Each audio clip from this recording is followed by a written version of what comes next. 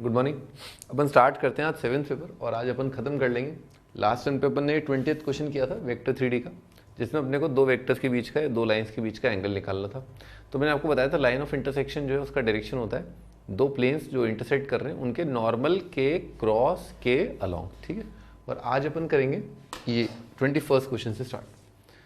तो क्वेश्चन है x is equal to 3√6+7 की पावर 89 और फ्रैक्शनल पार्ट ऑफ x का यूजुअल डेफिनेशन है curly bracket fractional part of x denote कर रहा है। Find the remainder when x into fractional part of x plus x into fractional part का square plus x into fractional part का entire का cube is divisible by 31, ठीक है। Reminder क्या आएगा जब इस एक्सप्रेशन को अपन 31 से डिवाइड करें।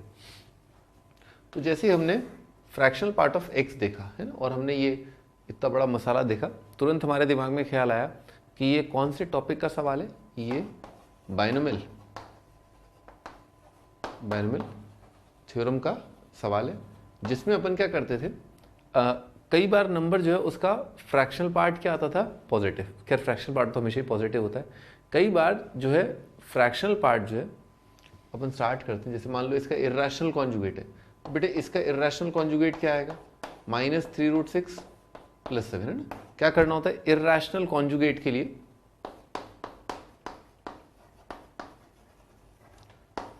इर्रेशनल कॉन्जुगेट के लिए जो दो टर्म होते हैं बाइनोमियल जैसा, एक रैशनल और एक इर्रेशनल। तो किसी भी नंबर का, किसी भी सर्ड का इर्रेशनल कॉन्जुगेट होता है जब आप उसके अंदर जो अंडर रूट वाला जो पार्ट है उसके साथ आप साइन फ्लिप कर देते हो। यानी कि जैसे यहाँ पर 3√6 के साथ पीछे प्लस साइन है, तो यहाँ पर 3√6 के साथ क्या कर दिया अपन ने, माइनस साइन कर दिया। तो ये हो गया इर्रेशनल कॉन्जुगेट ऑफ 7 + 3√6। और अगर इस पूरे नंबर की बात करें तो इसका इर्रेशनल कॉन्जुगेट क्या हो जाएगा, अगेन वही irrational part as it is, irrational part का साइन फ्लिप करके बाकी सब एज इट इज रखना, ठीक है। ओके, तो करना क्या होता था इस तरह के सवालों में, हमें एक तो इसको अज्यूम करना था कि let's say that is equal to x is equal to i + f। तो आ जाएगा, इसको थोड़ा ऐसे लिख लिया, 7 + 3√6 की पावर 89 और इसका इर्रेशनल कॉन्जुगेट लिखा बेटे 7 - 3√6, ठीक है, की पावर 89, ठीक है। और अब इनका एक्सपेंशन दिखा है ना, बाइनोमियल एक्सपेंशन लिख रहे हैं। तो बेटे सबसे पहले क्या आएगा, 89C0 7 की पावर 89, है ना। फिर क्या आएगा बेटे 89C1 7 की पावर 88 मल्टीप्लाइड बाय 3√6 की पावर 1, है ना। फिर क्या आएगा बेटे 89C2 7 की पावर 87 और 3√6 का square and dash dash dash, इस तरह से आएगा। और बेटे यहाँ पर देखो इसका बाइनोमियल एक्सपेंशन क्या आएगा बेटे 89C0 7 की पावर 89, है ना, माइनस साइन यहाँ पर क्या होगा, यहाँ पर ऑल्टरनेट पॉजिटिव नेगेटिव साइन आएंगे, -89C1 7 की पावर 88 इंटू 3√6 प्लस 89C2 7 की पावर 87 इंटू 3√6 का स्क्वायर।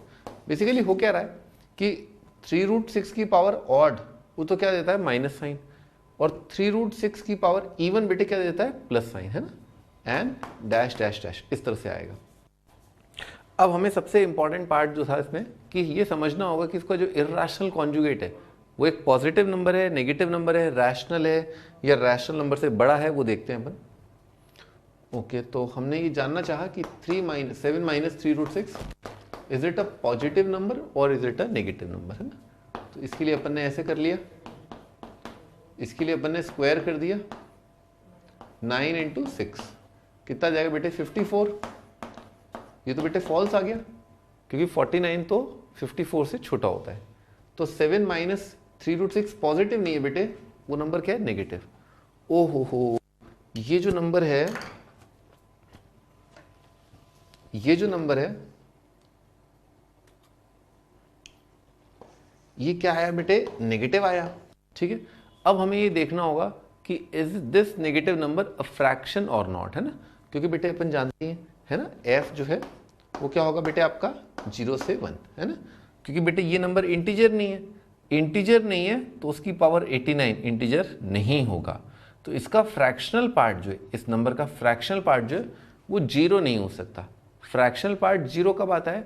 जब नंबर क्या हो? Integer. This is not integer, तो इसका फ्रैक्शनल पार्ट जीरो नहीं होगा, इसीलिए जीरो पर क्या आ रहा है? ओपन इंटरवल आ रहा है। इसकी बात करते हैं। तो मैं कह रहा था ये नेगेटिव है, पर ये लेस देन 1 है या नहीं है वो देख लेते हैं एक बार। यानी कि मैं चेक करना चाहता हूँ कि 3√6 - 7 इज इट लेस देन 1 और greater than 1? 3√6 less than 8, square कर दिया, 9 6 54 और 64, तो आराम से दिख रहा है कि 54 सही है। यानी कि भले ये नंबर नेगेटिव है, पर अगर मैं माइनस साइन बाहर ले आऊं, है ना, मैं माइनस साइन बाहर ले लेता हूं,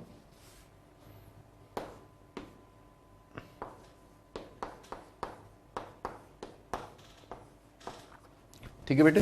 हाँ, मैं कह रहा था भले ये नंबर अब पॉजिटिव हो गया, ये वाला पार्ट इसकी बात कर रहा हूँ, 3√6 - 7 ये पॉजिटिव है, पर ये नंबर क्या है? 1 से कम। क्या है बेटे? ये नंबर 1 से कम। तो बेटे fraction into fraction into fraction into fraction into fraction 89 times क्या हो जाएगा बेटे? फ्रैक्शन हो जाएगा। तो फ्रैक्शन की पावर, कोई भी नेचुरल नंबर क्या होता है? फ्रैक्शन। और नेगेटिव ऑफ अ फ्रैक्शन, है ना, मान लो आपको कमेंट करना है नेगेटिव ऑफ अ फ्रैक्शन पर, तो नेगेटिव ऑफ फ्रैक्शन बेटे क्या होगा? 0 से। फ्रैक्शन क्या होता है बेटे? 0 से 1। और नेगेटिव ऑफ फ्रैक्शन क्या होगा बेटे? -1 से 0। ठीक है, तो बेटे आप इसको क्या मान सकते हो? इसको आप बोल दो नेगेटिव ऑफ सम फ्रैक्शन। क्या बोल दो आप? Negative of some fraction. और कौन सा फ्रैक्शन? f1। ठीक है, यहां पर मैंने पॉजिटिव फ्रैक्शन को क्या माना है? f, और यहां पर नेगेटिव फ्रैक्शन को क्या माना है? f1 -f1।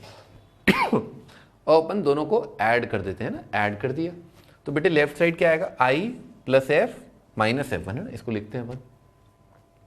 तो लेफ्ट साइड आएगा i + f - f1 is equal to, बेटे यहां पर ये और ये गॉन, है ना, तो राइट साइड कितना आ रहा है? ट्वाइस ऑफ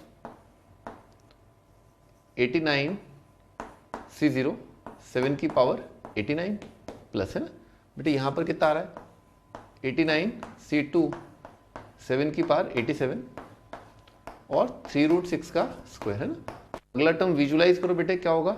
89 C4 7 की पावर 85 और 3√6 की power 4 and dash dash dash, है ना। तो बेटे यहाँ देखो 89 C0 क्या होगा बेटे? इंटीजर। 7 की पावर 80 क्या होगा? इंटीजर इंटू इंटीजर क्या होगा? इंटीजर। ये सभी बाइनोमियल कोफिशिएंट क्या होते हैं? इंटीजर। इंटीजर इंटू इंटीजर क्या होगा? इंटीजर। अंडर रूट का स्क्वायर, ये भी क्या होगा बेटे? इंटीजर। तो ये इंटीजर इंटीजर इंटीजर, तो integer into integer into integer क्या आएगा? इंटीजर। अगेन यहां पर ऐड करने पर हुआ क्या? बेसिकली जो इररेशनल पार्ट था, है ना, इररेशनल वो क्या कट गया, केवल क्या रहा अपने पास? Rational part. और वो रैशनल पार्ट भी एक्चुअली में क्या बनेगा? इंटीजर। तो ये सारे जो नंबर है ब्रैकेट के अंदर है, यहां से यहां तक, वो सारे नंबर क्या है? इंटीजर है। इस बात को लिख लेते हैं बस, यहां से लेकर के यहां तक पूरा जितना भी है ये सब बेटे किसके बराबर है? इंटीजर के बराबर। All of this is integer, क्योंकि सारे बाइनोमियल कोफिशिएंट इंटीजर, 7 की सारी पावर्स इंटीजर, 3√6 की पावर 0, 3√6 की पावर 2, 3√6 की पावर 4 एंड सो ऑन, ये सब भी क्या है? इंटीजर है। तो इन इंटीजर्स का एडिशन, मल्टीप्लिकेशन, सब्ट्रैक्शन अपने को क्या देगा? इंटीजर देगा। अच्छा बेटे integer into 2 guaranteed, integer into 2 क्या आएगा बेटे? इवन इंटीजर, है ना। इस बात को लिखते हैं पहले अपन, i + f - f1। तो राइट साइड से अपने को समाचार मिला कि राइट साइड इवन इंटीजर है। अच्छा बेटे अब इस फोटो को ध्यान से देखो बेटे, है ना, ये निश्चित रूप से क्या होना चाहिए बेटे? इंटीजर होना चाहिए, क्योंकि इंटीजर प्लस लफड़ा इज इवन इंटीजर। तो ये इंटीजर क्या होगा बेटे? इंटीजर होगा। ये एक्सप्रेशन क्या होगा? इंटीजर होगा। इस एक्सप्रेशन का रेंज देखते हैं अपन, है ना। तो अपन ने ये स्टार्टिंग में ही हमें शक था कि f क्या होगा बेटे? 0 से 1। और बेटे सब्ट्रैक्शन f1 भी बेटे क्या है? Positive fraction. अब इसका मिनिमा माइनस मैक्सिमा क्या देगा बेटे? मिनिमा। इसका मैक्सिमा माइनस इसका मिनिमा क्या देगा? मैक्सिमा, है ना। मिन माइनस मैक्स क्या होगा? मिन। मैक्स माइनस मिन क्या हो जाएगा? आपका मैक्स। तो ये पूरा मसाला जो है इसकी औकात कितनी है? -1 से 1, है ना। ये है इसका रेंज। अब आप सोचो कि इंटीजर में आपने नंबर इस इंटरवल से लिया और उससे अपने को मिला इवन इंटीजर। तो बेटे इस इंटरवल में कौन कौन से इंटीजर आ रहे हैं बताओ आप। क्या इसमें -1 आ रहा है? नहीं आ रहा। क्या इसमें बेटे 1 आ रहा है? नहीं आ रहा। क्या इसमें 0 आ रहा है? हाँ, इसमें एक ही नंबर है जो इंटीजर है और वो क्या है? 0। तो जरूर जरूर जरूर जरूर जरूर ये वाला नंबर जो है क्या रहा होगा? 0 रहा होगा। अच्छा, यानी कि फ्रैक्शनल पार्ट ऑफ 3√6 + 7 की पावर 89 वो किसके बराबर होगा बेटे? f1 के बराबर होगा। ठीक है भाई, तो ये पार्ट जो है अपन ने फिनिश कर लिया कि फ्रैक्शनल पार्ट ऑफ x या फिर f बेटे किसके बराबर है? f1 के, है ना। तो f1 कितना था बेटे अपना? 3√6 - 7 की power 89 is equal to f1, है ना। फ्रैक्शनल पार्ट f किसके बराबर आ गया? f1 के बराबर आ गया है। ठीक है, अपन इस एक्सप्रेशन को देखते हैं। x फ्रैक्शनल पार्ट x, मान लो ये x फ्रैक्शनल पार्ट x बेटे ये नंबर किसके बराबर है? मान लो अल्फा के, है ना।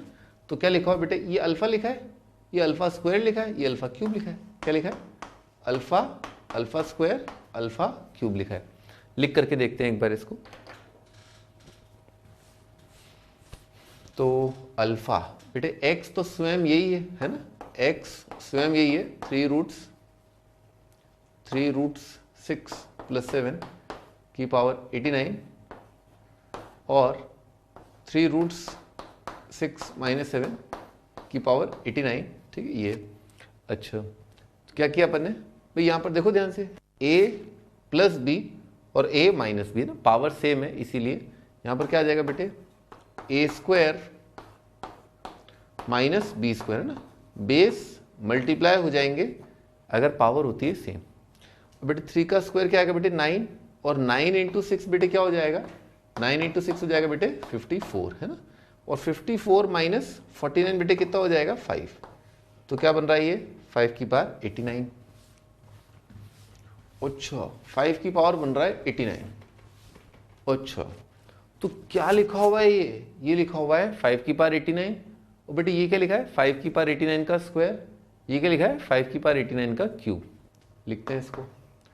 तो भाई साहब पूछ रहे हैं 5 की पावर 89, 5 की पावर 89 का स्क्वायर, 5 की पावर 89 का क्यूब, इसको अगर डिवाइड करें 31 से, है ना, तो रिमाइंडर जो है वो क्या आएगा, है ना, ये पूछा गया है।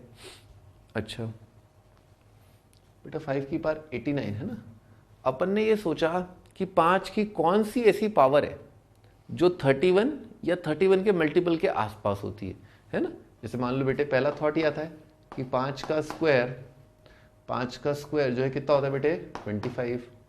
ये तो 31 से तनिक दूर है ना, 31 से काफ़ी दूर है। कितनी दूरी पर है? 31 से ये 6 कदमों की दूरी पर है ना। ये इतना अच्छा नहीं रहेगा, है ना, मज़ा नहीं आएगा इसमें। 5 का क्यूब देखते हैं बेटे। 5 का क्यूब कितना होता है बेटे? 125। अब 31 का कोई मल्टीपल देखते हैं जो शायद 125 के पास आ जाए। तो जैसे 3 4 होता है 12, है ना। 31 × 4 तो कितना आ गया बेटे? 124। ये तो बहुत पास है, इससे अपना काम चल जाएगा। तो क्या करना चाहिए अपने को 5 के क्यूब इन सभी को किस दिशा में ले जाना चाहिए? 5 का क्यूब इस दिशा में ले जाना चाहिए। और फिर 5 के क्यूब को यानी कि 125 को कैसे लिखना चाहिए अपने को?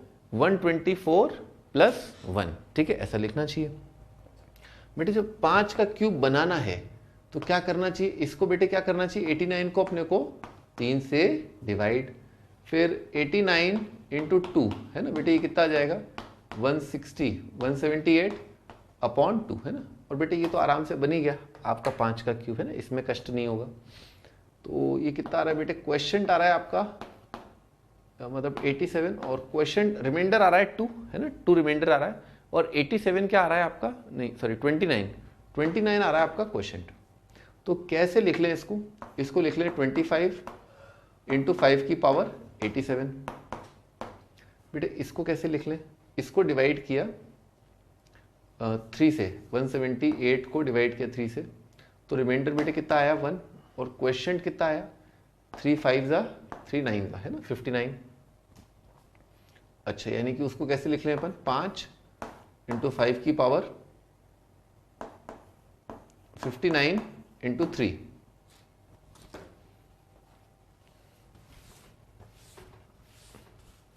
अच्छा, और ये तो बहुत सिंपल है, इसको लिख लें 5 का क्यूब की पावर 89। फर्दर लिखते हैं इसको बेटे, 5 का क्यूब है ना, और उसकी पावर बेटे कितना आ जाएगा 29। इसको कैसे लिख लें अपन, 59 इंटू 3 है ना, तो इसको लिख लिया 125 की पावर 59 प्लस इसको लिख लिया 124 प्लस 1 की पावर 89। ठीक है, अब इसको लिख लेते हैं अपन 25 मल्टीप्लाइड बाय 1 प्लस 124 की पावर 29, और इसको लिख लेते हैं 5 इंटू 1 प्लस 124 लिख लो, चाहे 124 प्लस 1 लिख लो, बात तो एक ही है, एंड 124 प्लस 1 की पावर 89। अच्छा, अब अपन ने दोबारा बाइनोमियल एक्सपेंशन लगाया, याद करो 1 प्लस एक्स की पावर n का बाइनोमियल एक्सपेंशन है ना, तो बेटे इसके बाइनोमियल एक्सपेंशन में क्या होगा बेटे, 25 इंटू अंदर आएगा बेटे 29 C0 plus 29 C1 into 124 plus 29 C2 into 124 का square dash dash plus 5 into similarly यहाँ पर 59 C0 59 C1 into 124 and dash dash plus 89 C0 plus 89 C1 into 124 की पावर 1 एंड डैश डैश। बेटे यहाँ पर हमने ये पहले ही जानते थे कि हमने क्यों ये तिकड़म बिठाई थी कि जो 124 है ना, वो बेटे किससे डिवाइड हो रहा है, आराम से 31 से डिवाइड हो रहा है।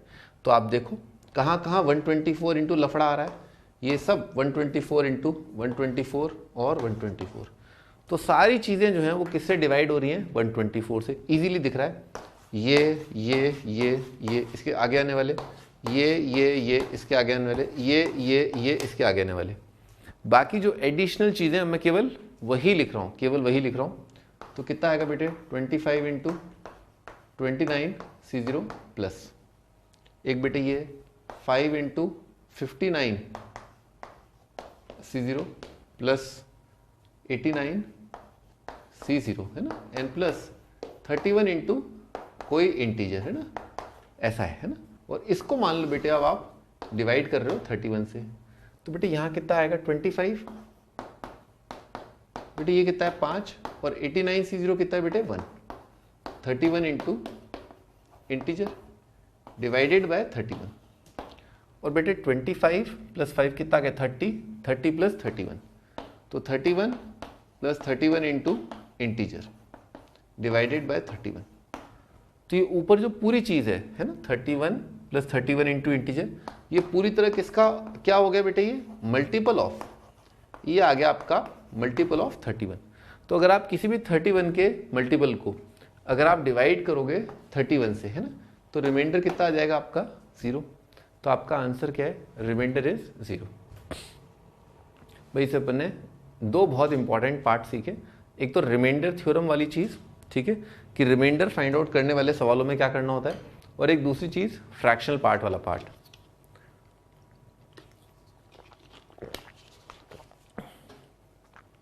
जब भी इस तरह का बाइनोमियल एक्सपेंशन दे रखा हो तो इसके साथ क्या करना होता है, इसके इर्रेशनल कॉन्जुगेट के साथ इसको एक्सपेंड करो और उनको ऐड करो। ऐड करने के बाद आप पाएंगे राइट साइड में हमेशा इवन इंटीजर बनेगा, लेफ्ट साइड में देखें कि ये नंबर जो है इसका इर्रेशनल कॉन्जुगेट, ये जो नंबर है ये पॉजिटिव है कि नेगेटिव है ना, ये बात ध्यान रखनी होती है कि ये पॉजिटिव है नेगेटिव है। नेगेटिव आने पर इस पावर को देखना हमेशा क्या आएगा, ऑड आएगा, तो ऑड पावर है। ये पहला पार्ट था है ना। सेकेंड पार्ट इस सवाल का ये था कि मान लो आपने कोई चीज़ लिख रखी है जो बहुत डरावनी है, हाहाकारी है, ठीक है, और वो इतनी डरावनी है कि ये प्लस ये, इसको आप डिवाइड करो 31 से। तो आप हमेशा ध्यान रखें आप 5 की अलग अलग पावर्स को एक्सप्लोर करें, जैसे 5 की पावर 2, 5 की पावर 3, 5 की पावर 4। ज़रूर आपको थोड़े टाइम बाद क्या होगा कि 5 की पावर मिलेगी, 5 की पावर मिलेगी जो एक्चुअली में 31 के मल्टीपल के बहुत पास होगी। और जैसे ही आपने ऐसा किया तो आप क्या करो, 1 प्लस एक्स की पावर n का एक्सपेंशन लगा दो। इसमें ज़्यादातर जो टर्म्स हैं वो आपके 31 के मल्टीपल आएंगे, जो रिमेनिंग बहुत छोटा सा पार्ट है उससे आप रिमाइंडर जो है फाइंड आउट कर सकते हैं इजीली। ठीक है, next question.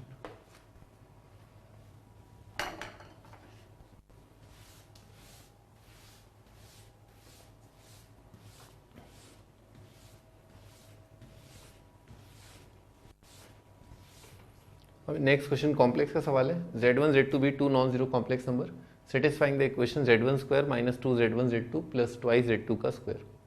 The geometrical nature of the triangle whose vertices are origin and the points representing Z1 Z2 is. तो ज्योमेट्रिकल नेचर अपने से पूछा है, तो बेटे इस तरह के ज्योमेट्रिकल नेचर जहां पर जीरो इन्वॉल्व है ना, ओरिजिन इन्वॉल्व है, आप थोड़ा सोचें बेटे। एक वर्टाइसिस जो है वो है एट ओरिजिन, एक वर्टाइसिस जो है वो है एट Z1, एक वर्टाइसिस बेटे है एट Z2, है ना। और आपको कुछ रिलेशन दे रखा है Z1 Z2 में। तो आप बेटे ऐसा करें अपन, है ना, अपन ऐसा करें कि अपन ये एंगल निकालने की कोशिश करें, है ना। क्या करें अपन, एंगल। और उसके लिए क्या करें बेटे, Z1 इंटू, है ना, Z1 कुछ ऐसा करें कि Z2 ये वाला vector is equal to Z1 into something. ठीक है, वो समथिंग जो कॉम्प्लेक्स नंबर है वो निकाल लें अपन। उससे अपने को पता चल जाएगा कि दोनों के बीच में जो रेशियो है, दोनों के बीच में जो एंगल है वो क्या है। तो क्या करें इसके लिए बेटे, आप सोचो थोड़ा सा। Z2 बाय Z1 इसको निकालने की अपन कोशिश करें। ठीक है, उससे भी अपने को आइडिया लग जाएगा। यहाँ पर जो फंक्शन है वो क्या होगा, आर सिस थीटा, है ना। तो बेटे ऐसा लाने के लिए Z2 बाय Z1 या Z1 बाय Z2 एक ही बात है, अपन ने Z2 स्क्वायर से डिवाइड कर दिया। Z1 square minus twice Z1 Z2 plus twice Z2 का square is 0।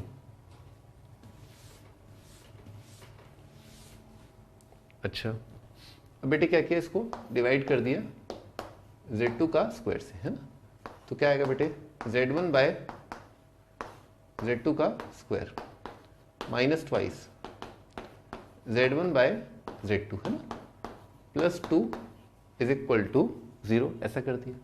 Z1 bye Z2 को बेटे थोड़ी देर के लिए अपन P मान लेते हैं ना। तो क्या आएगा बेटे, P square minus 2P plus 2 is 0, है ना। P को सॉल्व कर लेते हैं, minus B plus minus under root of B square minus 4AC upon 2। क्या रहा बेटे, 1 plus minus under root of minus 4। बेट 2 अंदर डाल दो, 4 से तो काट ही दो।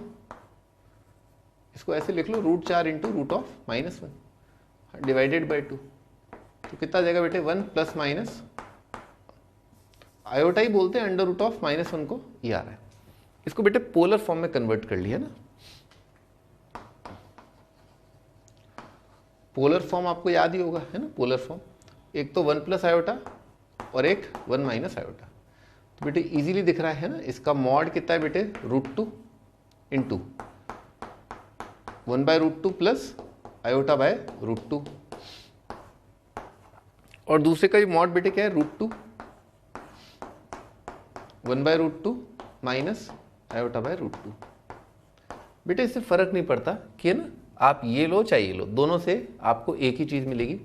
अब आप सोचें भी कॉस थीटा साइन थीटा अगर 1 बाय √2 है तो थीटा बेटे क्या होगा, आराम से दिख रहा है ना। ये बन जाएगा अपना √2 इंटू सिस ऑफ 45। क्या बन जाएगा बेटे, सिस ऑफ 45।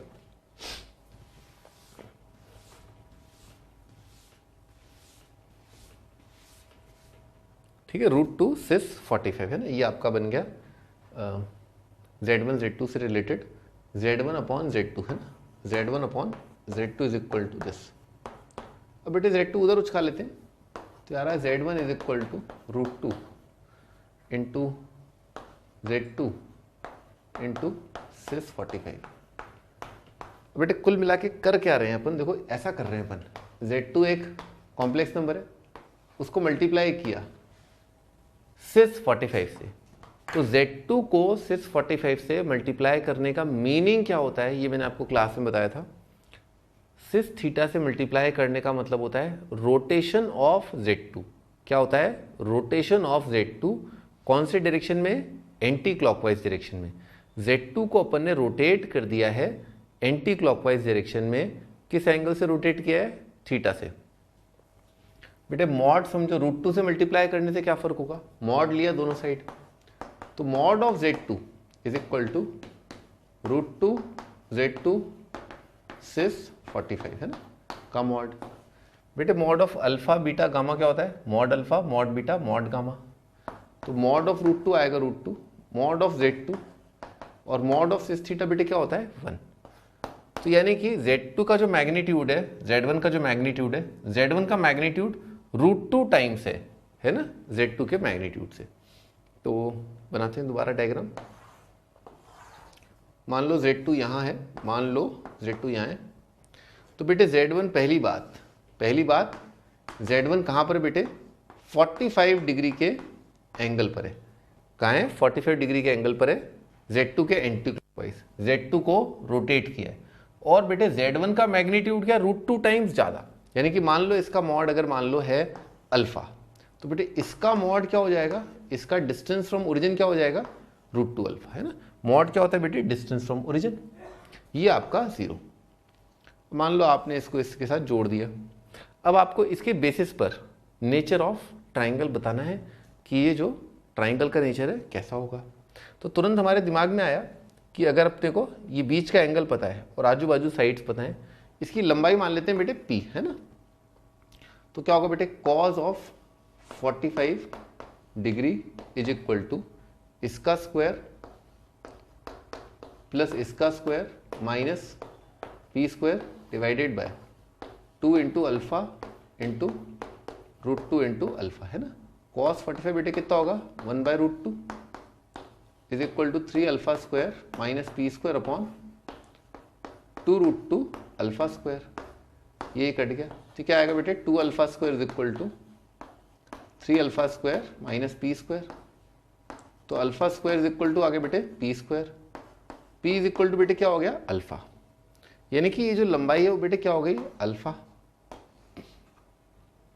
ठीक है, p का लंबाई किसके बराबर है? अल्फा के। यानी कि ये लेंथ और ये लेंथ बराबर है, ये लेंथ और ये लेंथ बराबर है। अब बेटे इस लेंथ के सामने एंगल क्या पड़ रहा है? 45 और इस लेंथ के सामने ये एंगल पड़ रहा है। तो ट्राइंगल आइसोसेलेस है 45 और ये एंगल भी जरूर हो जाएगा आपका 45। बेटे दो एंगल 45 है तो तीसरा एंगल क्या हो जाएगा आपका? √2 अल्फा क्या बोल रहा है? ये एंगल क्या हो जाएगा? 90। तो ये कैसा ट्राइंगल बन गया बेटे अपना? Right isosceles. ठीक है, ये ट्राइंगल कैसा है अपना? Right isosceles. ठीक है भाई, तो राइट आइसोसेलेस ढूंढो। आइसोसेलेस राइट एंगल ट्राइंगल, ये गलत हो जाएगा, इक्विलैटरल गलत हो जाएगा, ये गलत हो जाएगा। ठीक है, तो आंसर है अपना ए ऑप्शन। तो इसमें अपन ने यही देखा कि अपने को डिस्कवर करना था, एक तो इस तरह का कुछ डायग्राम बनेगा क्योंकि उसने खुद ने बोला ओरिजिन है, और एक अपने को रोटेशन डिस्कवर करना था कि इस वेक्टर और इस वेक्टर के बीच का जो एंगल है वो क्या है, और वो लाने के लिए अपन ने Z1/Z2 में क्वाड्रेटिक बना ली। ठीक है, Z1/Z2 में क्वाड्रेटिक बनाना ये इंपॉर्टेंट पार्ट था।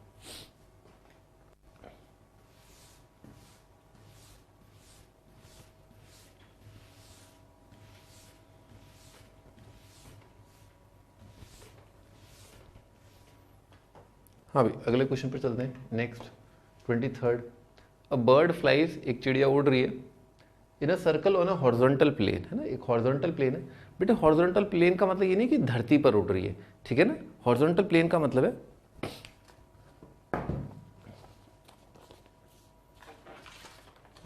जैसे ये एक प्लेन है, ठीक है, ये एक प्लेन है, तो ऑल दीज प्लेन्स, ये सारे प्लेन, ये प्लेन, ये प्लेन, ये प्लेन, ये प्लेन, ये प्लेन, ये प्लेन, ये सारे प्लेन, ये सभी प्लेन बेटे क्या है? Horizontal plane. ठीक है, क्या है ये सारे प्लेन? Horizontal plane. क्या ये प्लेन हॉरिजॉन्टल है? नहीं है। ये प्लेन हॉरिजॉन्टल है? नहीं है। ये हॉरिजॉन्टल है? नहीं है। हाँ, ये प्लेन जो फर्श के पैरेलल है वो प्लेन क्या है? हॉरिजॉन्टल। ओके, तो हॉरिजॉन्टल प्लेन का मतलब ये नहीं कि धरती है, XY प्लेन नहीं है, बस एक प्लेन है, ठीक है, जो फर्श के पैरेलल है। An observer stands at a point on the ground, suppose 60 degree and 30 degree are the maximum and minimum angles of elevation of the bird, and that they occur when the bird is at point P and Q respectively on its path. चिड़िया क्या है, चक्कर लगा रही, घूम रही है ना, ऐसे ऐसे आपने देखा होगा कई बार चिड़िया चक्कर लगाती है, घूमती है गोल गोल. Let theta be the angle of elevation of bird when it is at a point, है ना, यहाँ पर at आएगा, when it is at a point on the arc of the circle exactly midway between P and Q. Then the numerical value of tan square theta is, assume that observer is not inside the vertical projection of the path of the bird. ठीक है, ठीक है भाई. तो इसमें भी diagram बड़ा तगड़ा बनेगा, है ना. आपको 3D इमेजिन करना पड़ेगा कि चिड़िया कहाँ उड़ रही है. लो चिड़िया को उड़ाते हैं पहले. ये आपकी चिड़िया उड़ रही है, ठीक है. ये आपका सर्कल का सेंटर, ये अपन जमीन पर आ गए, ठीक है. ये जमीन पर आ गए अपन. अब बेटे एक आदमी चिड़िया को उड़ते हुए देख रहा है ना, और वो बेटे क्या है, सर्कल के बाहर की तरफ है, मान लो यहाँ पर है, ठीक है. अब यहाँ से उसने चिड़िया को उड़ते हुए देखा, तो सबसे पास चिड़िया जब सबसे पास है उसके, चिड़िया जब सबसे पास है उसके, यहाँ से ये उसके चिड़िया सबसे पास है, और बेटे यहाँ से भी अपन ने परपेंडिकुलर डाल दिया.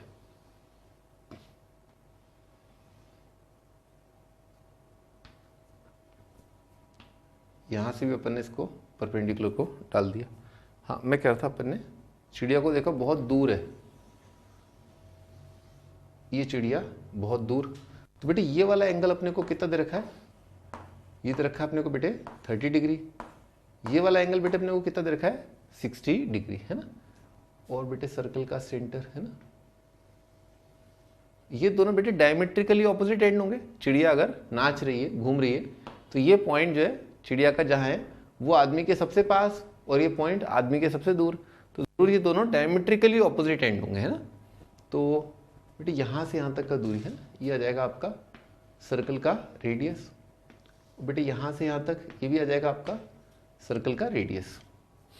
अच्छा, मान लेते हैं बेटे चिड़िया जो है जिस सर्कल में घूम रही है, चिड़िया जिस हॉरिजॉन्टल प्लेन में घूम रही है, वो फर्श से, ज़मीन से कितना ऊपर है, h, ठीक है. चिड़िया जिस हॉरिजॉन्टल प्लेन में घूम रही है, उस प्लेन की ऊंचाई फर्श से अपन ने मान ली h, या उस पॉइंट से जहाँ पर ऑब्जर्वर है, जहाँ पर ऑब्जर्वर उस चिड़िया को देख रहा है, वहाँ से जो हॉरिजॉन्टल प्लेन है उसकी ऊंचाई जो है वो h मान ली. तो बेटे ये भी h हो जाएगा. ये सर्कल का सेंटर भी यहाँ से ये भी h हो जाएगा. ये यहाँ से यहाँ भी बेटे क्या हो जाएगा, h.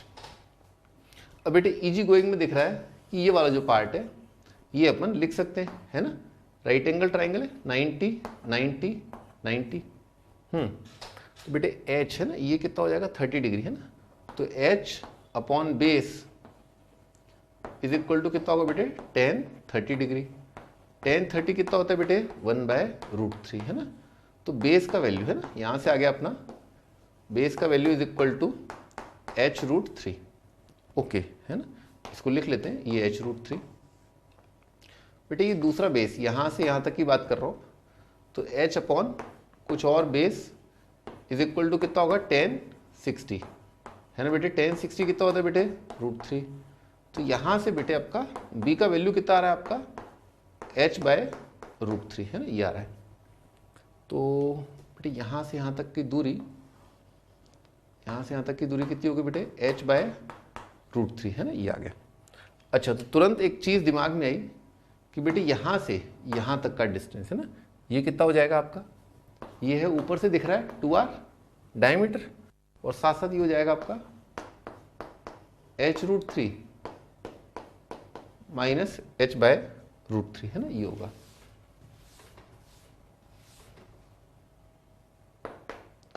तो बेटे एलसीएम लिया तो कितना आएगा, 3h माइनस h अपॉन √3. ये कितना होगा, 2h अपॉन √3. 2 और 2 कट गया, है ना. तो h बेटे कितना हो गया अपना, √3 multiplied by r. h is equal to √3 into r. Okay, h is equal to √3r, एक रिलेशन आ गया अपने पास। अब बेटे अंकल क्या कह रहे हैं, अंकल की बात सुनो। Then the numerical theta be the angle of elevation of bird when it is a point on the arc of circle midway. तो बेटे पी और क्यू का मिडवे क्या है, ये मान लो चाहे ये मान लो, एक ही बात है, ठीक है, एक ही बात है। अब आप सोचो कि मान लो एक चिड़िया जो है सर्कल में है, ये आपका पॉइंट पी है, ये आपका क्यू है, ठीक है। अब आप चिड़िया इसके बीच में है, यहाँ पर इस जगह पर है, तो आप बेटे क्या करोगे, यहाँ से परपेंडिकुलर डाल दोगे जमीन पर, यहाँ से परपेंडिकुलर डाल दोगे। ये डायग्राम बेटे मैंने ना ऐसे बना दिया आपको, बस ये एहसास दिलाने के लिए कि पी और क्यू के मिड पॉइंट के लिए है ना, ये आर क्या होगा बीच में, और क्योंकि ये बीच में, ये डायमीटर है और ये ठीक बीच में, तो ये वाला एंगल बेटे क्या आएगा 90, है ना। क्या होगा बेटे, ये एंगल कितना आएगा 90 आएगा। आर क्योंकि एंगल क्या है 180, तो आधे के लिए एंगल कितना हो जाएगा 90। अब आप सोचो, आपने चिड़िया यहाँ उड़ रही है, इस पॉइंट से आपने नीचे परपेंडिकुलर डाला, तो क्या होगा।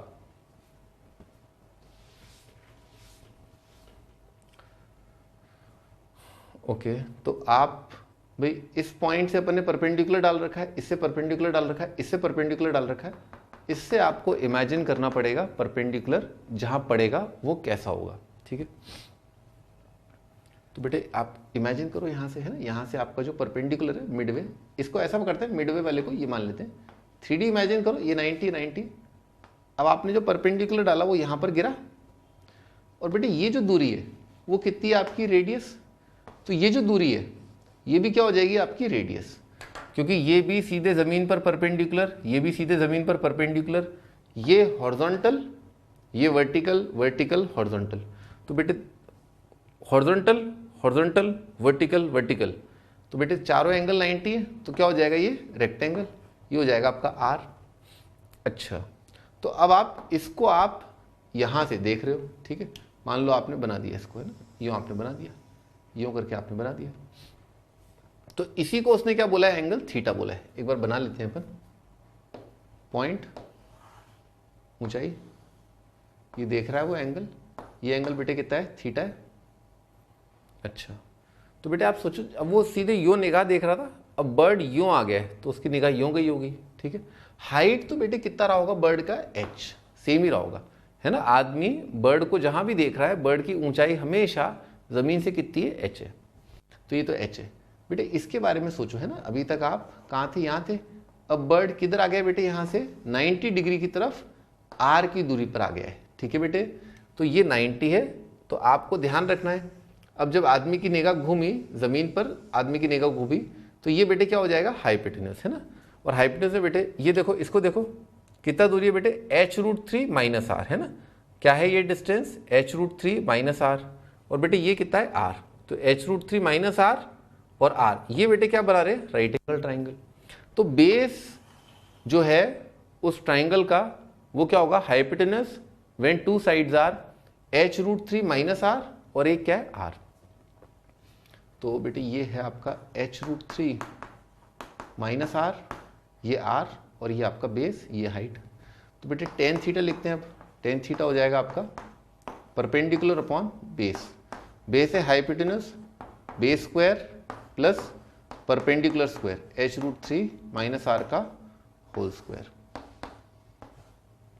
अच्छा बेटे इसको सबको h को है ना किसकी टर्म में लिख लिया, r की टर्म में लिख लिया, तो h क्या है बेटे आपका √3r divided by r square.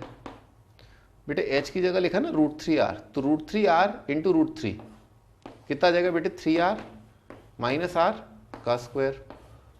ये बेटे कितना आएगा √3r divided bye √r square plus 4r square, है ना। बेटे कितना आ जाएगा आपका, r काट दो, ऊपर आ रहा है √3, नीचे आ रहा है √5, ये आपका टेन थीटा ना। देखो सवाल में क्या पूछा है, सवाल में पूछा है आपसे टेन स्क्वायर थीटा, है ना। तो बेटे टेन स्क्वायर थीटा यानी कि √3/√5 का स्क्वायर कितना आ जाएगा आपका 3/5, है ना, ये आपका आंसर। अच्छा सवाल था, है ना, ये IIT में आया था, है ना, 98 के अंदर आया था।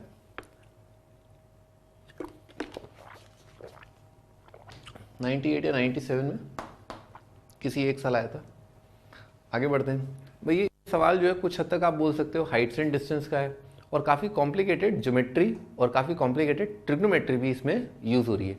स्पेशली डायग्राम बनाने के अंदर बहुत दिक्कत आई, जो कि अपने आप में एक 3D डायग्राम है। चिड़िया ऊपर उड़ रही है और एक प्लेन में उड़ रही है और आदमी यहाँ से देख रहा है।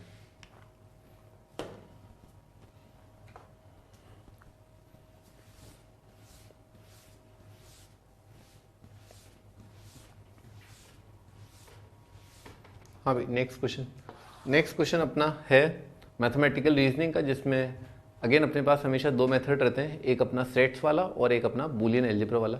तो मैं आपको पहले बूलियन से बताया था, जो ट्रुथ टेबल उससे बताया था। इस एक्सप्रेशन का इक्विवेलेंट बताना है अपने को, तो हमेशा की तरह अपन क्या करेंगे, पी क्यू टेबल बनाएंगे, T T F F T F T F. फिर बेटे इन दोनों एक्सप्रेशंस को ले लेते हैं अपन, है ना। एक तो अपन ले लेते हैं निगेशन P एंड Q, है ना। तो थोड़ा अब तो अपने को जल्दी बनाना आ गया है ना बेटे। एंड ऑपरेटर है ना, एंड ऑपरेटर में ट्रुथ टेबल में केवल क्या आता है, एक ट्रू आता है, और वो कब आता है बेटे, जब दोनों ट्रू हो। तो बेटे निगेशन P क्या हो जाएगा, एफ टी। तो कितना आ जाएगा बेटे, एफ एफ एफ क्या हो जाएगा बेटे, एफ टी टी। समझ में आ रहा है, निगेशन P क्या आएगा, एफ टी एंड टी क्या आ जाएगा बेटे, टी टी एफ क्या आ जाएगा बेटे, एफ। अच्छा अगला निगेशन ऑफ P और Q। बेटे P और Q इमेजिन करो, P और Q में ट्रू कितने आते हैं, 3। P यूनियन Q में ट्रू कितने आते हैं, 3 आते हैं, ठीक है। तो बेटे टी का कितना आएगा, T, और T का निगेशन क्या आ जाएगा, F। टी एफ का बेटे यूनियन कितना आएगा, T, और T का निगेशन क्या आ जाएगा, F। इसमें क्या आएगा बेटे, T का निगेशन आएगा F। इसमें बेटे क्या आएगा, F, और F का निगेशन आ जाएगा आपका T। यानी कि P यूनियन Q में कितने आते हैं, 3T, उसके निगेशन में कितने F आएंगे, 3F। ये आ गया। अब बेटे अपने को क्या करना है, ये यूनियन ये है ना, ये यूनियन ये करना है। तो यूनियन में बेटे क्या होगा,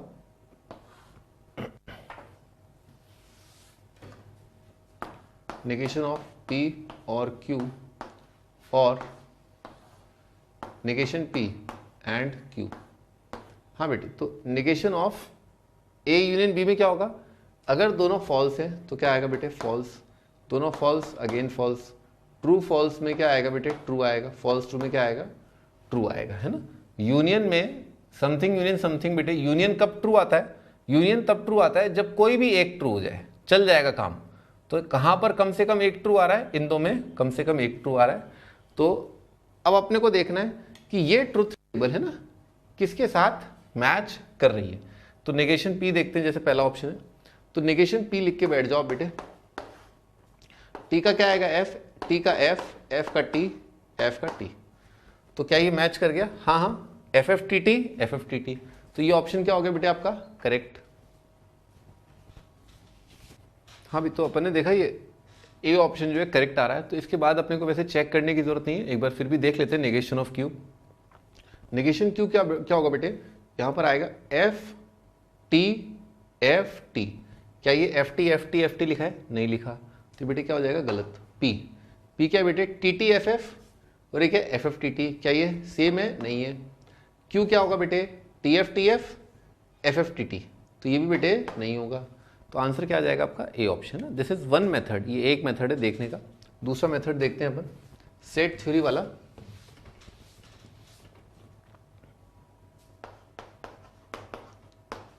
जो कि काफी आसान होता है, कई बार उसको टैकल करना इजी रहता है बेटे। यूनियन है ना, नेगेशन यूनियन, और का मतलब क्या होता है बेटे, यूनियन, और एंड का मतलब होता है इंटरसेक्शन, है ना। तो इसी थीम पर अपन सेट थ्योरी के जो फॉर्मूलेज हैं, डी मॉर्गन्स लॉ है, उसको अपन यूज करेंगे।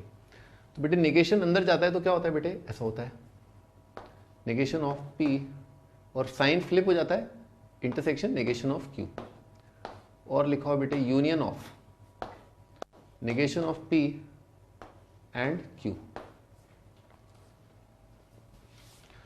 तो इसको आप ऐसे देखें, इसको कैसे भी देखो आप, ये लिखा है एक set union with second set intersection third set. अर्थात A union B intersection C, ठीक है, A यूनियन B। तो बेटे ये कितना होता है, A union B intersection A union C, ठीक है, A union B intersection A union C।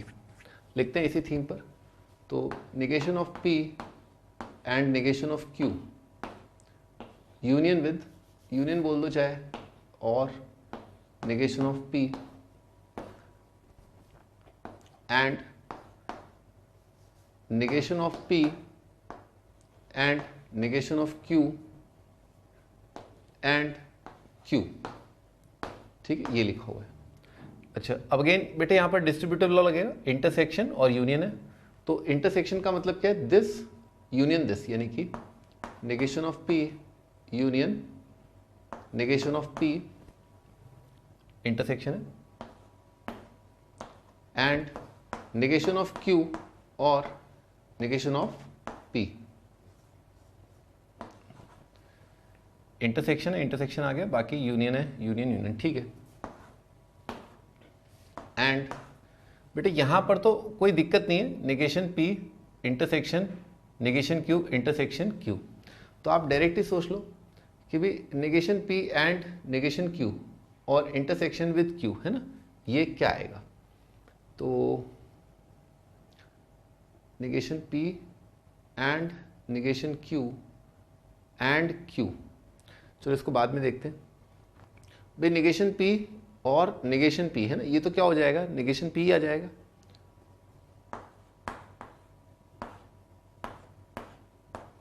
And negation P और सॉरी नेगेशन Q और नेगेशन P। हाँ भाई, अपन ने क्या है, एक स्टेप थोड़ा सा हल्का सा ज़्यादा कर दिया अपन ने, एक स्टेप एक्चुअली। या तो आप यहाँ पर डायरेक्टली बोल दो कि negation P and negation Q, है ना, negation P and negation Q union negation P।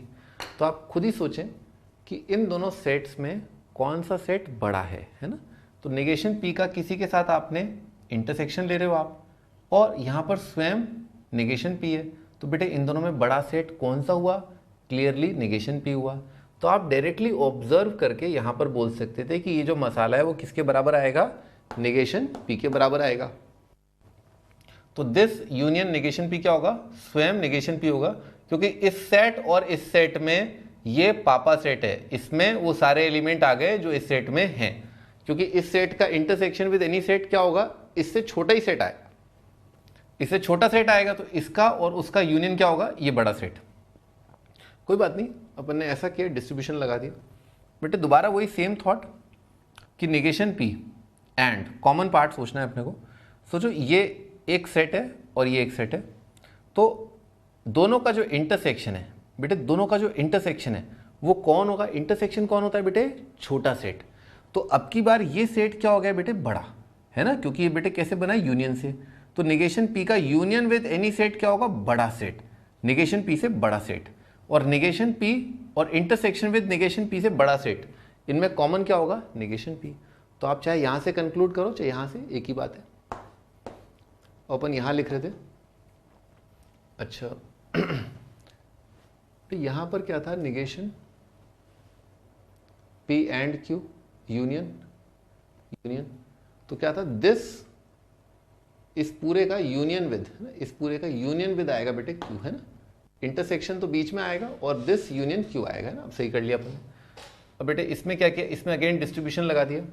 तो डिस्ट्रीब्यूशन कैसे लगेगा, intersection negation P union Q intersection negation Q और Q, ठीक है बेटे। ये तो इंटरसेक्शन बेटे बीच में आ जाएगा, इसका इसके साथ, इसका इसके साथ, इसका इसके साथ यूनियन, इसका इसके साथ यूनियन, और उन दोनों का क्या होगा, इंटरसेक्शन। अब बेटे नेगेशन Q यूनियन Q, ये क्या आ जाएगा आपका, टोटोलॉजी, ठीक है, ये आपका आ गया यूनिवर्सल सेट, है ना, यानी कि टोटोलॉजी। और टोटोलॉजी का किसी के साथ भी इंटरसेक्शन क्या होता है, वही होता है। तो यहाँ पर टोटोलॉजी और इसका इंटरसेक्शन आ जाएगा, यही आ जाएगा, नेगेशन P और Q। दोबारा देखो बेटे, निगेशन P और Q, ये बेटे क्या है, बड़ा सेट है ना। किससे बड़ा सेट है, निगेशन P से बड़ा सेट है।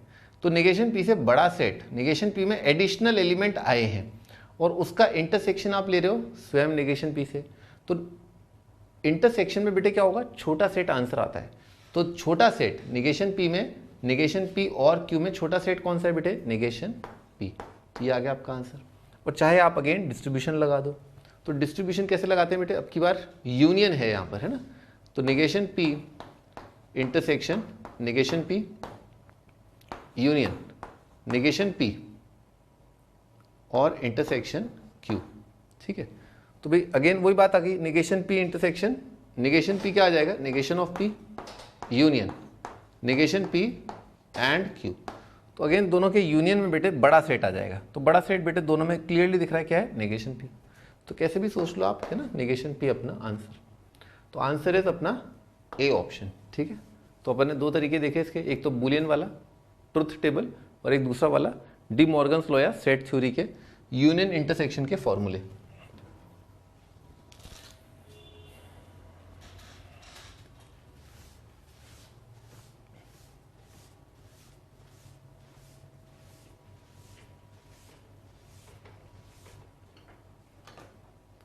अब नेक्स्ट क्वेश्चन पीएनसी का क्वेश्चन है, 6 persons A B C D E F are to be seated at a circular table.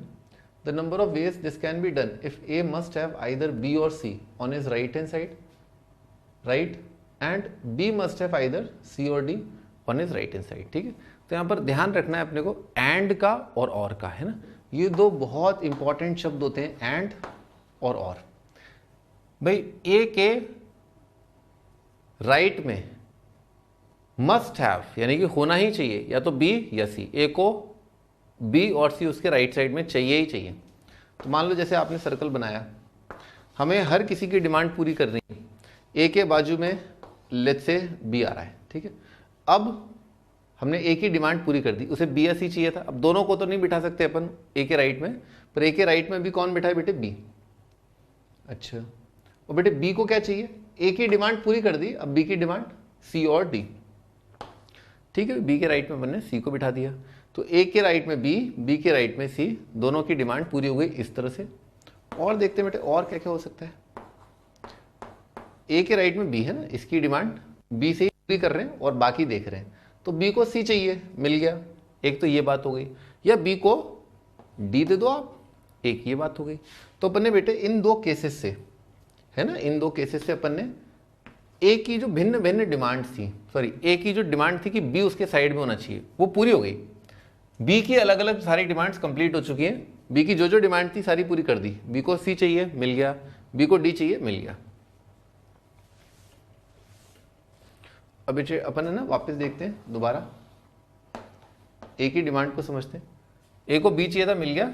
ए को सी, मान लो ए को चाहिए C, A demand C on the right side. अच्छा, ए को सी चाहिए राइट साइड में, तो अपने को देखना होगा कि ए की डिमांड तो पूरी हो गई इस तरह से, पर ए की डिमांड पूरी हो गई तो बी जो है, B must have either C और डी। तो बेटे बी अभी तो कहीं बीच में तो आएगा नहीं, मान लो बी कहीं पर आ रहा है, यहाँ पर आ रहा है, यहाँ पर आ रहा है, कहीं पर आ रहा है, मान लो यहीं पर आ रहा है, बी यहाँ पर आ रहा है। बेटे ध्यान सोचो, ए के राइट साइड क्या है बेटे, ए का राइट साइड क्या है बेटे, ए का राइट साइड है उसके कौन सी दिशा, एंटी क्लॉकवाइज। तो बेटे बी के एंटी क्लॉकवाइज कौन सा है, कौन बैठेगा, इधर बैठेगा, है ना। ये बंदा होगा ना बेटे बी के राइट इस तरफ, है ना, तो यहां पर आएगा बी के राइट। अब भैया ए को मिल गई सी, ठीक है, ए को मिल गई सी, तो क्या बी को मिल जाएगी अब सी, नहीं मिल पाएगी, क्योंकि ए के राइट में और बी के राइट में तो अलग अलग हैं। ए का राइट में होना तो बी का क्या हो गया, लेफ्ट में होना, क्योंकि बी उधर होगा चाहे इधर होगा, कहीं पर भी होगा, बी को सी नहीं मिल पाएगी, बी के तो सी लेफ्ट में आ जाएगी। तो बी की डिमांड अगर पूरी करनी है तो बी को तो दिल्ली दे दो आप, तभी बी की डिमांड पूरी होगी। तो ज़रूर यहाँ पर बी के साथ क्या आ जाए, अपना डी आ जाए, तो इस तरह से डिमांड पूरी होगी। दोबारा देखते हैं क्या हमने सारे केसेस लिख लिए या नहीं लिख लिए। ए के बाजू में बी, ठीक है, ए की डिमांड कंप्लीट, और बी के बाजू में सी हो गया। ए के बाजू में बी और बी के बाजू में डी आ जाए, सही है। और ए के बाजू में मान लो बी नहीं आए, बी आए, या तो ए के बाजू में बी आए वो सारे केसेस कंप्लीट। और या ए के बाजू में सी आए तो ये वाला केस, ए के साथ सी आए तो बेटे बी के साथ डी ही आना पड़ेगा और कुछ नहीं हो रहा।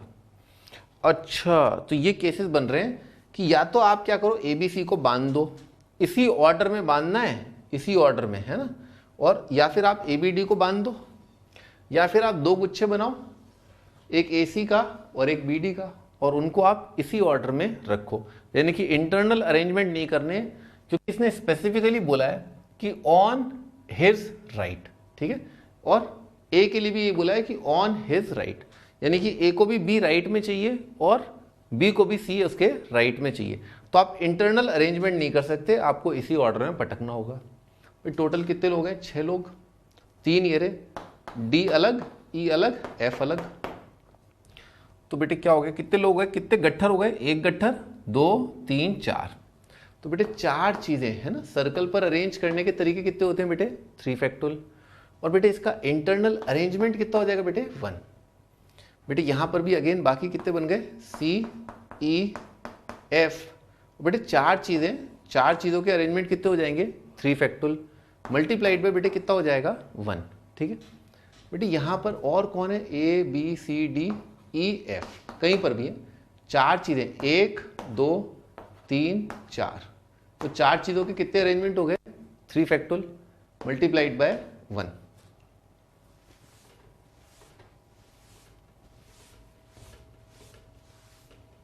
ठीक है, तो कितना हो गया बेटे? 3 factorial plus 3 factorial plus 3 factorial, है ना। केस 1, केस 2, केस 3, और हर एक केस का कैलकुलेशन क्या है? 3 factorial.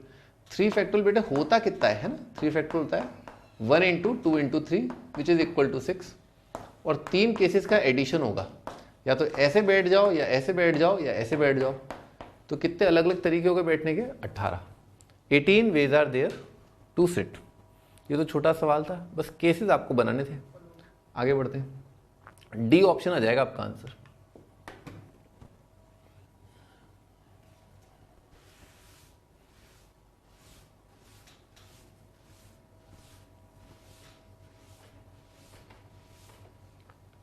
Function R2R is defined as fx is equal to 3x square minus 3x plus 4 upon 3 plus 3x minus 4x square is।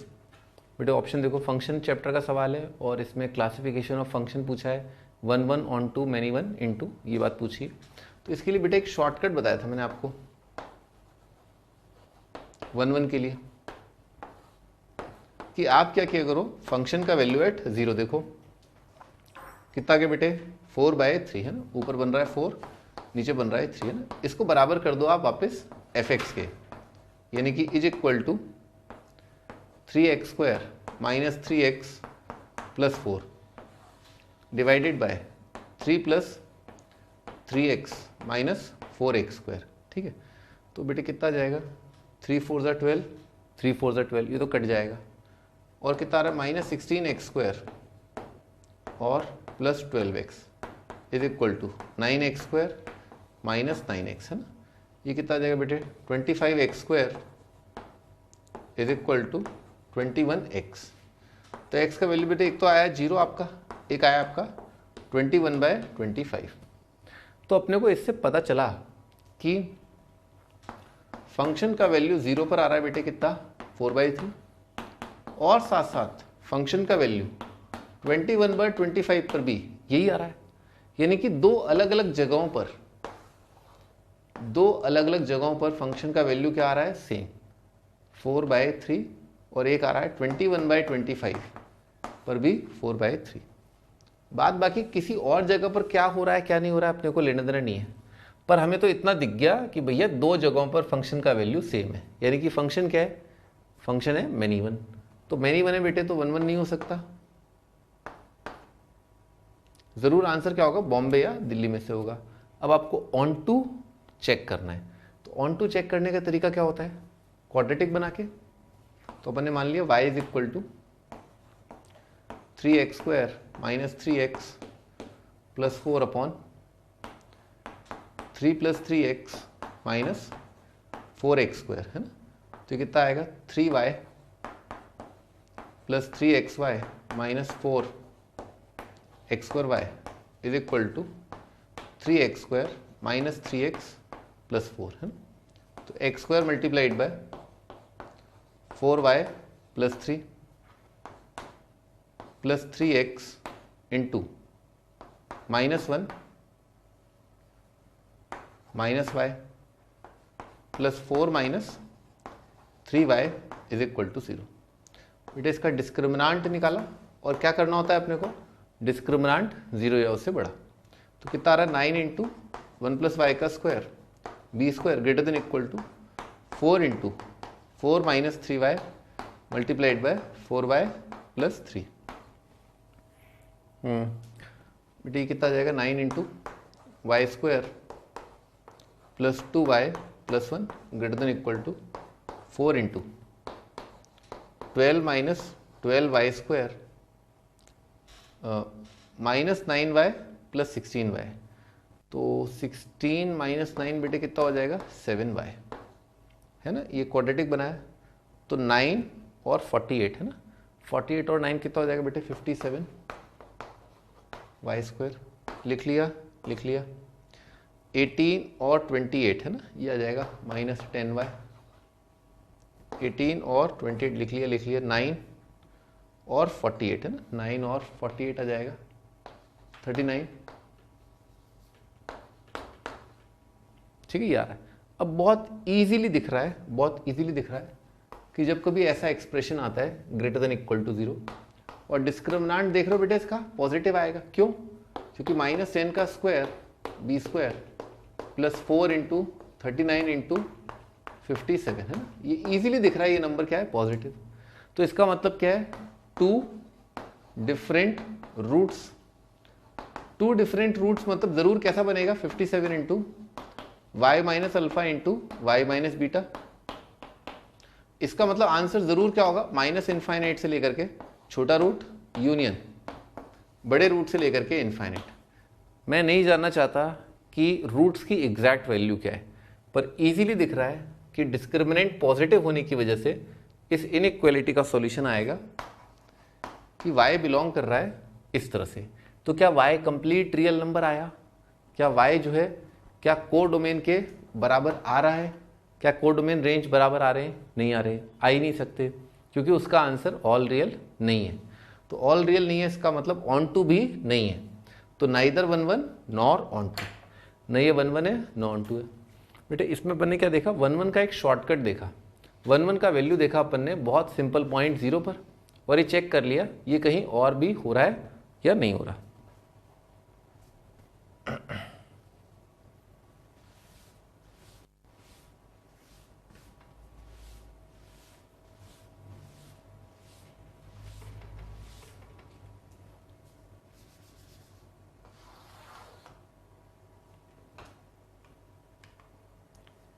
ठीक है भाई नेक्स्ट क्वेश्चन 27th है। L1 दे रखा है अपने को limit x tending to 45 cos inverse of secant of x minus 45। बेटा ध्यान दो है ना, ये जो ग्रेटेस्ट इंटीजर है ये ब्रैकेट जो है ग्रेटेस्ट इंटीजर का है, इस वजह से ये सवाल जो है थोड़ा सा डरावना बन गया। L2 दे रखा है limit x tending to 45 sine inverse of cosec of x plus 45। L3 दे रखा है x tending to 45 tan inverse of greatest integer of cot of x plus 45। L4 दे रखा है x tending to 45 limit cot inverse of greatest integer of x minus 45। इसमें पूछा है कि भी कौन सी लिमिट जो है एग्जिस्ट करती हैं, ये अपने को करेक्ट ऑप्शन सेलेक्ट करना है। तो चलो स्टार्ट करते हैं। L1 देखते हैं भाई, भिड़ते पहले क्या करना होता है 45 को उसमें पटक दो तो कितना जाएगा बेटे सेक 0 कितना होता है बेटे 1। ठीक है, और फिर क्या बन रहा है बेटे ये कॉज इनवर्स ऑफ अंदर मसाला है ग्रेटेस्ट इंटीजर ऑफ 1 और कॉज इनवर्स ऑफ 1 बेटे कितना हो जाएगा 0 क्योंकि कॉज 0 कितना होता है 1। अब थोड़ा अपने को सोचना ये कि आजू बाजू क्या होगा, यानी कि x अगर 45 से ज़्यादा है या x अगर 45 से कम है तब सीकेंट पर क्या असर पड़ेगा। तो बेटे 45 प्लस है ये बनेगा cause inverse of greatest integer of secant of क्या बनेगा बेटे 0 प्लस। समझ में आ रही बात। 45 से ज़्यादा माइनस 45 क्या होगा 0 से ज़्यादा। बेटे ये क्या बनेगा cause inverse of secant of 0 से कम। बेटे सेक का ग्राफ आप एक बार देखो, एंगल 0 के आसपास कैसा होता है ना बेटे। सेक 0 कैसा होता है, ऐसा होता है ना, कैसा होता है, ऐसा ग्राफ होता है सेक का। अच्छा, तो सेक का ग्राफ ऐसा होता है। तो 0 के आसपास अगर एंगल 0 रखें तो 0 के आसपास क्या है, क्योंकि मिनिमा है तो 0 से राइट साइड भी बेटे क्या ज़्यादा आएगा और लेफ्ट साइड भी बेटे क्या आएगा, ज़्यादा आएगा। तो ज़्यादा आने की वजह से ना सेक का वैल्यू 1 से ज़्यादा आने की वजह से ये नंबर क्या है बेटे, 1 से बड़ा, ये भी क्या हो गया 1 से बड़ा। और 1 से बड़े का ग्रेटेस्ट इंटीजर कितना होगा, 1 हो जाएगा। 1 से बड़े का अगेन क्या हो जाएगा, 1 हो जाएगा। तो दोनों LHL RHL के आ जाएंगे 0 0। तो L1 एग्जिस्ट करता है। ठीक है, तो ठीक है भाई, सभी ऑप्शन में L1 दे रखा है, उसका फायदा नहीं हुआ। L2 देखते हैं।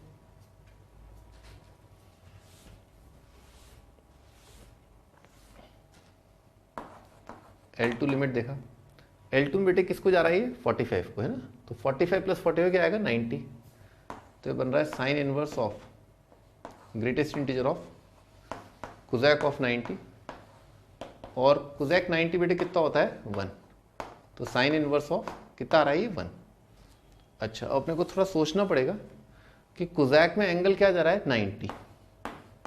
तो 45 से कम अगर डाला, 45 से अगर ज़्यादा डाला तो कोसेक में 90 एंगल के आसपास होता क्या है।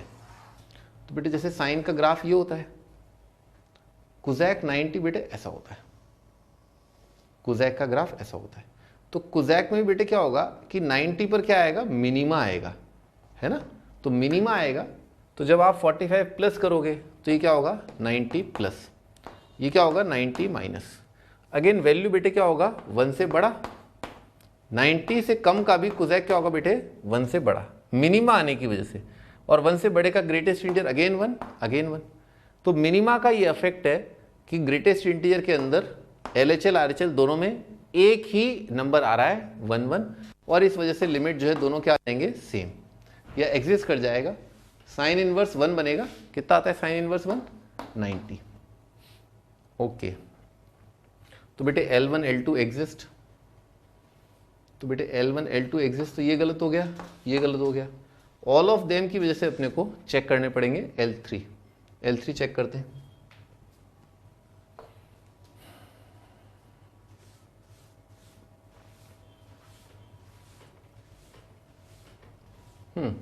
L3 बेटे यहां पर जो एंगल है ना कॉट के अंदर जो फंसा हुआ है वो कितना है, 90। तो कॉट का ग्राफ बनाया और 90 के आसपास अपन ने ऑब्जर्व किया, है ना। तो बेटे कॉट 90 के आसपास क्या होता है, कॉट ऑफ 90 क्या होता है, 0।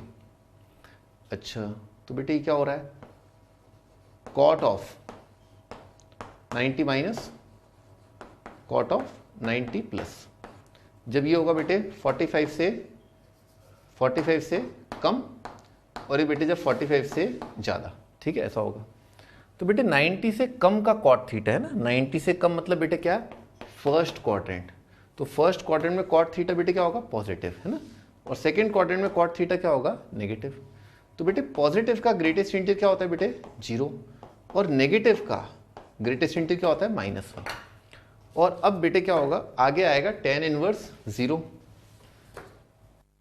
आगे इसका ले रहे हैं tan इनवर्स 0 क्या होता है बेटे, 0। आगे ले रहे हैं इसका tan इनवर्स -1 क्या होगा बेटे, -45।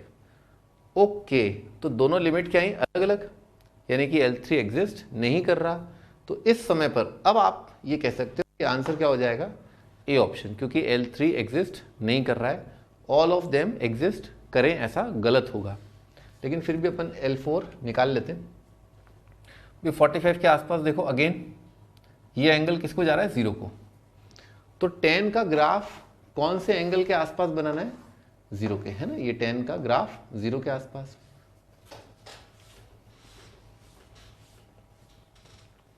तो बेटे 45 माइनस 45 प्लस, तो टेंजेंट के अंदर बेटे 45 माइनस पे क्या होगा, 0 माइनस। यहां पर बेटे क्या होगा, 0 प्लस, है ना। ये बेटे क्या होगा, नेगेटिव। ये बेटे क्या होगा, पॉजिटिव, है ना। 0 माइनस 0 प्लस, इसका ग्रेटेस्ट इंटीजर बेटे कितना होगा -1, इसका ग्रेटेस्ट इंटीजर बेटे क्या होगा 0, ठीक है। और बेटे cot inverse of -1, cot inverse of 0, बेटे कॉट इनवर्स -1 क्या होता है 3π/4, कॉट इनवर्स 0 क्या होता है 90।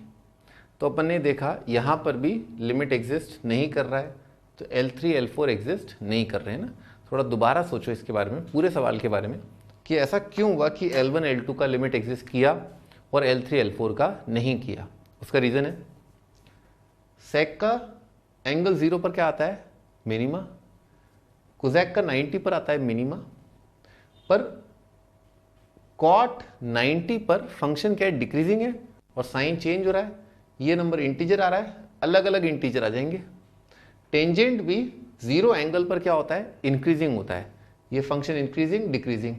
तो बेसिकली ग्रेटेस्ट इंटीजर में लिमिट एग्जिस्ट होने का रीजन क्या होता है, अगर उसमें या तो मैक्सिमा आ रहा हो या मिनिमा आ रहा हो। अगर फंक्शन मोनोटोनिक होगा इंक्रीजिंग होगा तो लिमिट एग्जिस्ट उस जगह पर नहीं होगा, ठीक है। आगे बढ़ते हैं।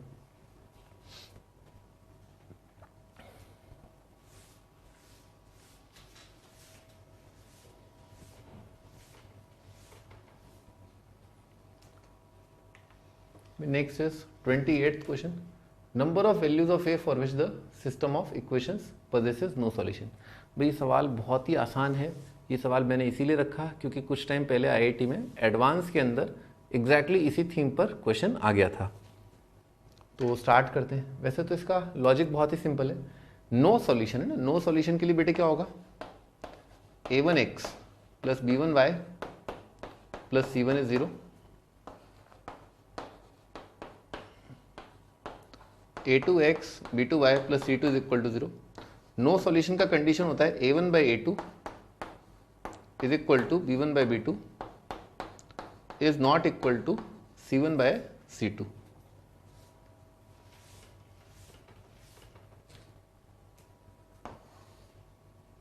अच्छा, तो बेटे अप्लाई कर दिया a1/a2, कितना जाएगा a² is equal to 2 - a/2a-1 और नॉट इक्वल टू है ना c1। तो बेटे इसको इधर उचका के क्या आएगा माइनस ऑफ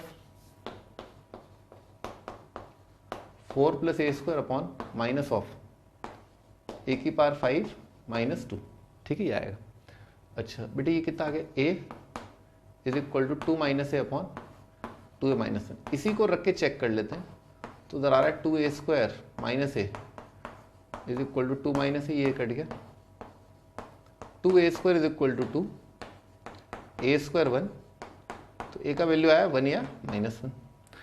तो केवल 2 ही आंसर आ रहे हैं पॉसिबली, तो उन्हीं को रख रख के अपन चेक कर लेते हैं कि इन दोनों के लिए सॉल्यूशन कितने आ रहे हैं। तो माइनस माइनस काट, a1 चेक कर रहे हैं। a1 के लिए बेटे ये नंबर कितना आ रहा है 1, बेटे a1 के लिए नंबर कितना आ रहा है 5/-1। तो सही है, ये नॉट इक्वल आ गए a1 के लिए। a1 के लिए ये कितना आ रहा है बेटे 1 और ये कितना आ गया अपना 1, तो 1 1, ठीक है a1 के लिए आ रहा है। और बेटे a इज इक्वल टू -1 के लिए, a -1 के लिए आ जाएगा अपना -1, a -1 के लिए आ जाएगा अपना 3/-3 और ये भी आ जाएगा -1। a -1 के लिए कितना आ रहा है 4 + 1 और -3, तो आ जाएगा -5/3 है ना। तो a -1 के लिए ये आ रहा था -1 और ये आ रहा है -5/3। तो नंबर ऑफ वैल्यूज पे एक्चुअली क्या है, अपन ने चेक किया a1 के लिए, a1 के लिए आ रहा था ये 1 1 और ये आता -5, तो ये करेक्ट है। a -1 के लिए अपन ने देखा -1 और ये आता -5/3, तो ये भी करेक्ट है ना। इन दोनों के लिए एक बार रख के बताया तो हमें, जैसे a1 है, a1 के लिए पहली लाइन बन रही है x + y is equal to 5, a1 के लिए बन रही है x + y is equal to -1।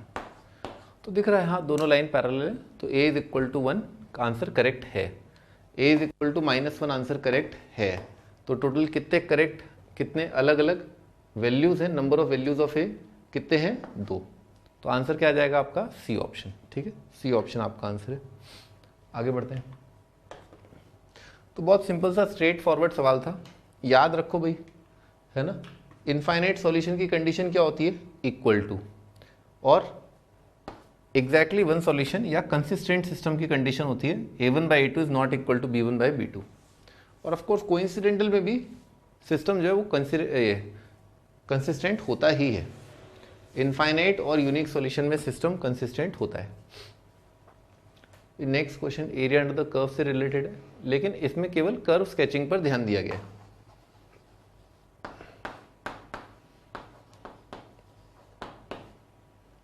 बेटे एक कर्व लिखा है mod x plus mod y greater than equal to 1। तो पहले इसको खोल लेते हैं अपन फर्स्ट क्वाड्रेंट में, यानी कि एक्स वाई दोनों जीरो या उससे बड़े। तो यहाँ पर आ रहा है x plus y greater than equal to 1। इसके लिए ड्रॉ कर लेते हैं अपन x plus y is equal to 1। तो ये अपन ने ड्रॉ कर लिया, और केवल फर्स्ट क्वाड्रेंट में ड्रॉ करना है, ये अपन ने कर लिया फर्स्ट क्वाड्रेंट। और बेटे इसमें 0 0 रख दिया, तो 0 0 है ना, इसमें 0 0 रखा, तो 0 क्या 1 से बड़ा होता है, नहीं होता। यानी कि ये इनइक्वालिटी कौन सी साइड शो कर रही है, ओरिजिन के ऑपोजिट साइड, है ना। यानी कि फर्स्ट क्वाड्रेंट का कौन सा पार्ट आएगा बेटे, पूरा पार्ट आ जाएगा फर्स्ट क्वाड्रेंट का, ठीक है। ये भी होना चाहिए और ये भी होना चाहिए, मतलब फर्स्ट क्वाड्रेंट के अंदर इस लाइन के ऊपर की तरफ। अच्छा बेटे mod x plus mod y है ना, तो इक्वल टू 1 ड्रॉ कर लेते हैं, ग्रेटर देन इक्वल टू 1 बाद में देख लेंगे। तो इक्वल टू 1 के लिए आप सोचो, जहां जहां x है, x की जगह रखा आपने -x, y की जगह रखा -y, तो कर्व की इक्वेशन क्या रही, सेम। तो कर्व अगर सेम है, इसका मतलब आप इसका इमेज ले लो अबाउट x एक्सिस, और इस पूरे का इमेज ले लो अबाउट ऑफ y एक्सिस। और अब आप क्या इंटरप्रेट करो, फर्स्ट क्वाड्रेंट में इस तरफ है बाहर की तरफ, तो सेकंड क्वाड्रेंट में बेटे क्या होगा, इस तरफ, यानी कि इस रेक्टेंगल, और थर्ड क्वाड्रेंट में होगा ऐसा, और फोर्थ क्वाड्रेंट में होगा ऐसा, ठीक है, इस तरह से। तो ये है अपना mod x plus mod y greater than equal to 1 का रीजन, यानी कि इस स्क्वायर के बाहर, है ना, इस स्क्वायर के बाहर की तरफ। ये सेकंड वाला तो इजीली दिख रहा है ना, इसको इधर ले आओ, और ये परफेक्ट स्क्वायर लिखा हुआ है लेफ्ट साइड, वाई स्क्वायर को ले आए लेस देन इक्वल टू 1। तो बेटे लेस देन का मतलब होता है इंटीरियर ऑफ सर्कल, है ना। बेटे सर्कल का सेंटर देखो 1 0, रेडियस कितना आ रहा है बेटे 1, तो सर्कल का सेंटर है 1 0, रेडियस 1 है ना, रेडियस 1 है, तो ये बन जाएगा आपका सर्कल। अच्छा अब बेटे लगे हाथ ये भी ड्रॉ कर देते हैं अपन, है ना, ये वाला। और सर्कल का क्या लेना है बेटे, इंटीरियर वाला part, less than equal to मतलब इंटीरियर ऑफ सर्कल, दोनों को एक साथ ड्रॉ करते हैं। ये आपका circle,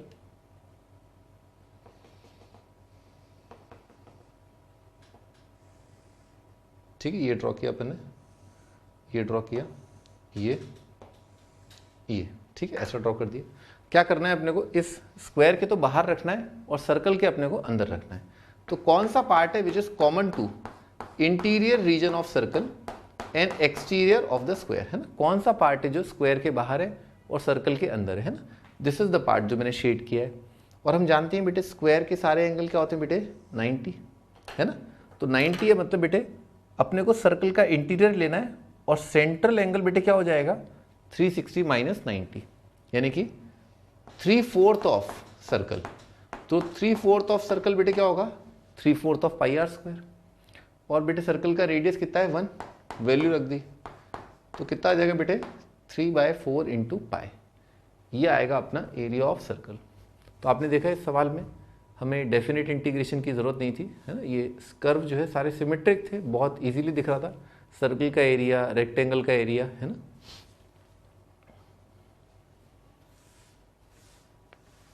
mod x plus mod y is equal to 1 तो आपको याद होना ही चाहिए, mod x is equal to mod y, mod x plus mod y is equal to 1, ये आता है स्क्वायर, है ना, ये बहुत इंपॉर्टेंट है।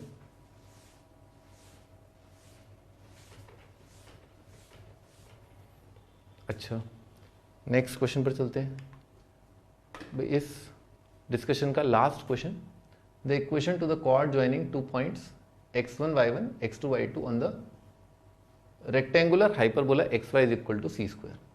तो बेटे इसमें एक मेथड जो है अपन ये लगा सकते हैं, ऑब्जेक्टिव अप्रोच।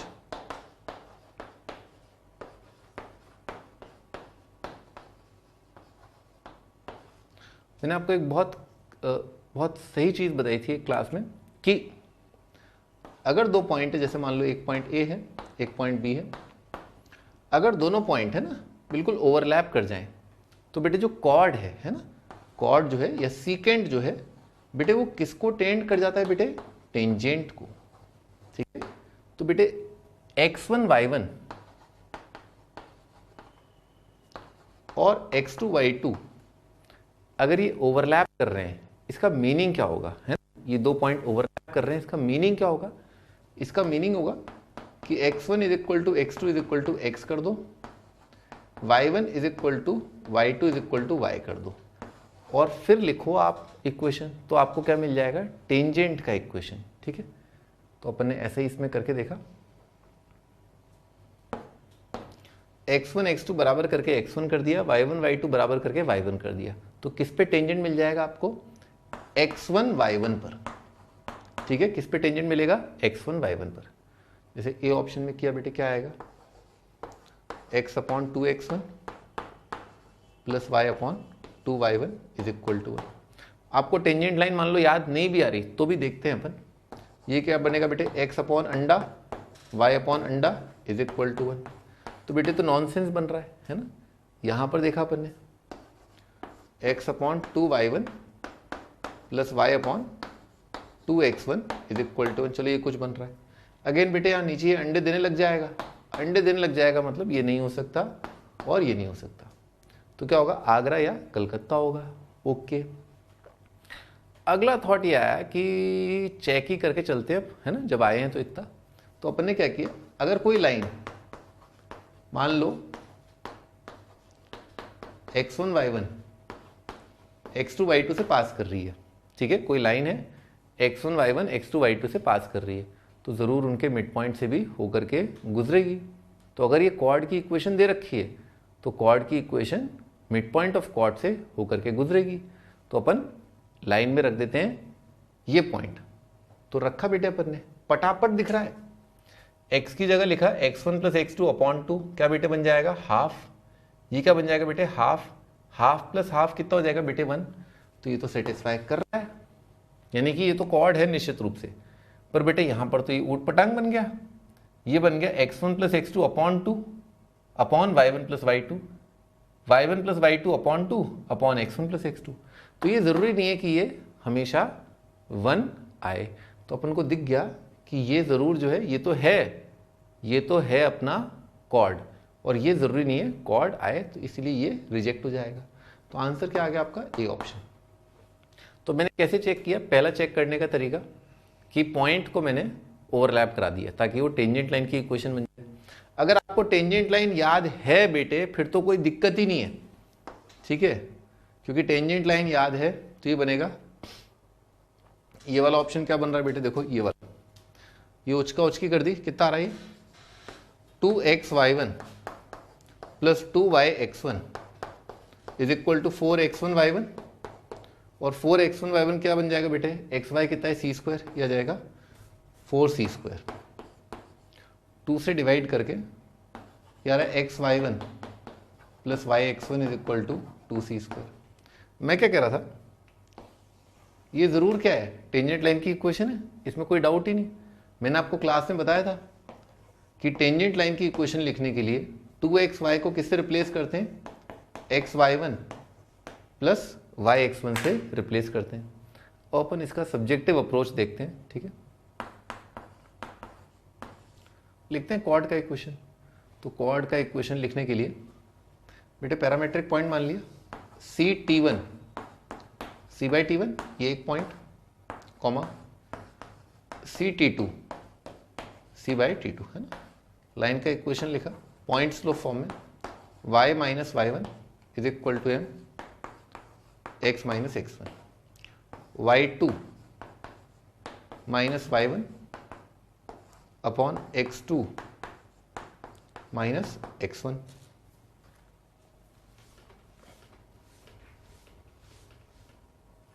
अच्छा भाई यहाँ पर सी सी कट जाएगा, y minus c by t one is equal to t one minus t two upon t two minus t one, और नीचे आएगा एलसीएम लेके टी टू टी वन